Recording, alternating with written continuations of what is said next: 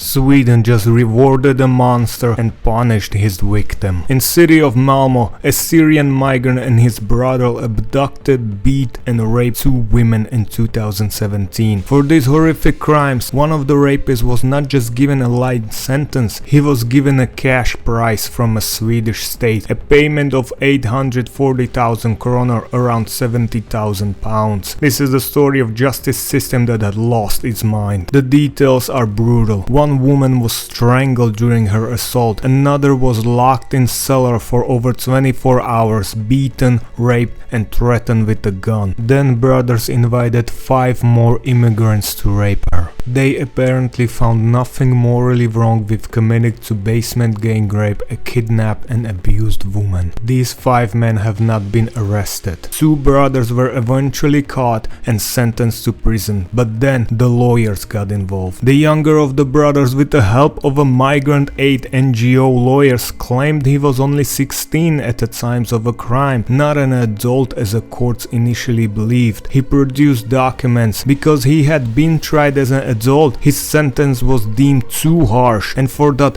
injustice the state decided he was owed a fortune. This is Petra. She is one of the women they raped. A Swedish court awarded her 225,000 kronor in damages. It was a pittance compared to the trauma she endured, but it was something. She has received almost none of it. To date, Petra has only received 3,000 kronor, around 250 pounds or $340. Why? Because her attacker had no money, the state couldn't collect. But here's the ultimate insult. The 840,000 kronor? The court ruled Petra is not entitled of any of it. It was his to keep. Her government paid her attacker and then protect his money from her. This isn't an isolated incident, it's a symptom of a system in collapse. A study from London University found the majority of convicted rapists in Sweden have migration background, with 47.8% born overseas. The system is being overwhelmed, and its response is not to protect its citizens, but to bend over backwards to demonstrate its humanity to the perpetrators. They call it justice, they call it due process, but what do you call a system where a woman is brutally raped, her attacker gets a payday, and she is left with a token payment and lifetime of trauma? You don't call it justice, you call it insanity, you call it a national disgrace. Petra was not just raped by her attackers, she was betrayed by the country she calls home. According to some reports, she took her own life.